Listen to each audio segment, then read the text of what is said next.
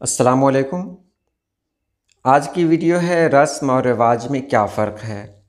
हम लोग अक्सर इस्तेमाल करते हैं रस्म और रिवाज, लेकिन दोनों लफ्ज़ों में थोड़ा सा फ़र्क है, इसे समझना ज़रूरी है।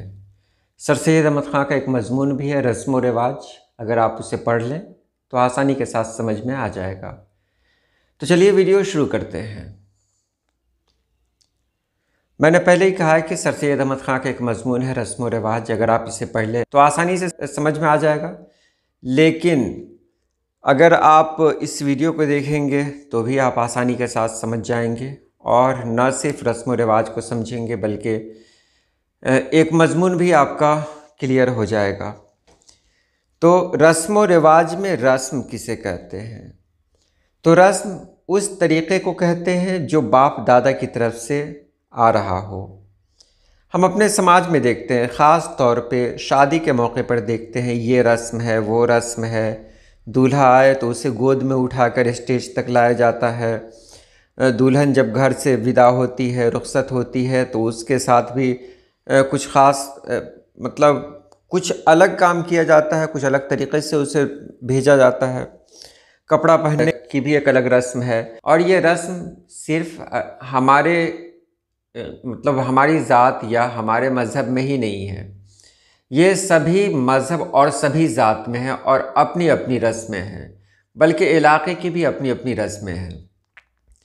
जैसे अगर आप जाते हैं, साउथ में जाते हैं, अगर आप भारत के जनूबी हिस्से में जाते हैं, वहाँ की बहुत सारी रस्में हैं जो आपको देखने को मिलेंगी कि वहाँ मेहमान जब आते हैं तो मेहमान का पहले पाँव धुलाया जाता है और उनको पहले एक गिलास शरबत दिया जाता है, उसके बाद उनसे बात की जाती है।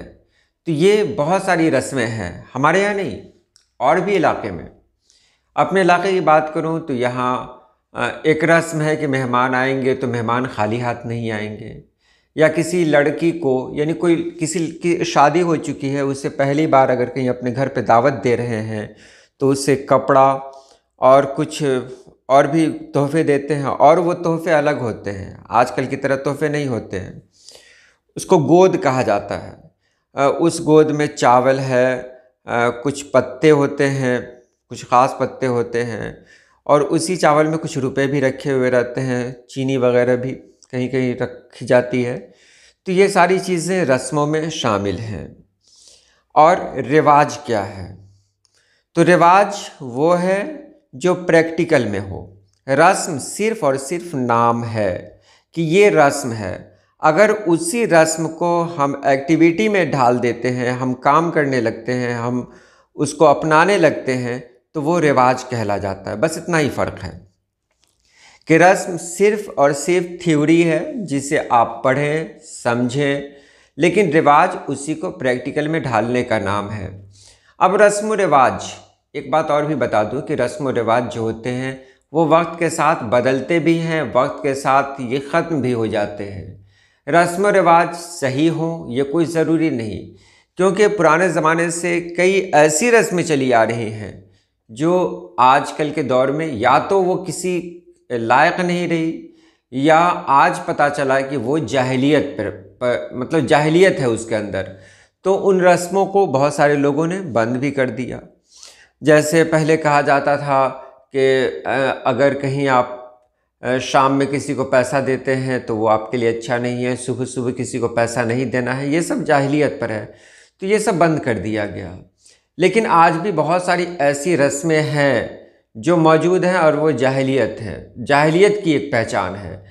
तो मैं ये नहीं कहता कि किस रस्म को बंद करना है, किस रस्म को चलाना है, बस मैं यही बता रहा हूँ कि सारी रस्में जो होती हैं वो अच्छी नहीं होती। हाँ, कुछ रस्में ऐसी होती हैं जो हमारी तहज़ीबी विरासत होती है, उसे बचा के रखना हमारी ज़िम्मेदारी है। तो ऐसी बहुत सारी रस्में हैं, शादी के मौके पर है, दूल्हे के साथ के ख़ास तरीक़े से पेश आना, ये कहीं ना कहीं हमारा कल्चर रहा है और अपने कल्चर को नहीं भूलना चाहिए। कल्चर को याद रखें, अपनी तहज़ीब को याद रखें, लेकिन इसमें यह भी ख्याल रहे कि कहीं हमारी तहज़ीब यानी हमारा कल्चर ऐसा तो नहीं है जो हमारे मज़हब के बीच में आ रहा हो, क्योंकि सबसे ज़्यादा ज़रूरी है मज़हब। मज़हब के अंदर अगर कोई गुंजाइश है तो वो ठीक है, और ऐसा कोई भी कल्चर जो हमारे मज़हब के बीच आ रहा हो, यानी मज़हब में इख्तलाफ पैदा कर रहा हो, मज़हब की बातों में इख्तलाफ पैदा कर रहा हो, तो ऐसे कल्चर को भूल ही जाना अक्लमंदी है। बहरहाल मुझे यही बताना था रस्म व रिवाज में क्या फ़र्क है। तो रस्म वो तरीक़ा जो बाप दादा के ज़माने से चला आ रहा है, और रिवाज उसी को अपनाने का नाम है। तो आज के लिए इतना ही। अल्लाह पाक आप सभी लोगों को खुश रखे, आबाद रखे। अल्लाह हाफिज़।